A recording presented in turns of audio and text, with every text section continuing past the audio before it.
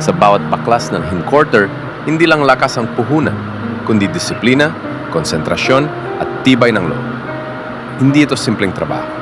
Sa paligid ay high-tech na makina, sa kamay ay matuturis na kutsilyo, at sa bawat galaw, walang puwang ang pagkakamali. Isang maling hiwa, isang segundo ng kawalan ng focus. Pwedeng magbago ang lahat. Pero bakit patuloy pa rin? Bakit araw-araw humaharap sa panganib? Dahil sa likod ng bawat hiwa, may pamilyang umaasa. May pangarap na binubuo, kahit kapalit ay pagod, lamig, at panganib. Hindi nakikita ng ibang bigat ng trabaho ito.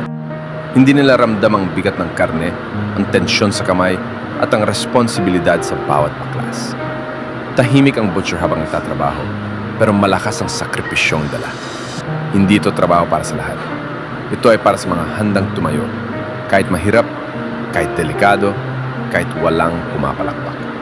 Kung ikaw ay butcher, hindi mo kailangang magpaliwanag. Alam mo ang bigat ng bawat hiwa. At sa bawat baklas ng hindquarter, pinapatunayan mo na ang tanggal, husay, at tapang ng butcher ay hindi basta-basta.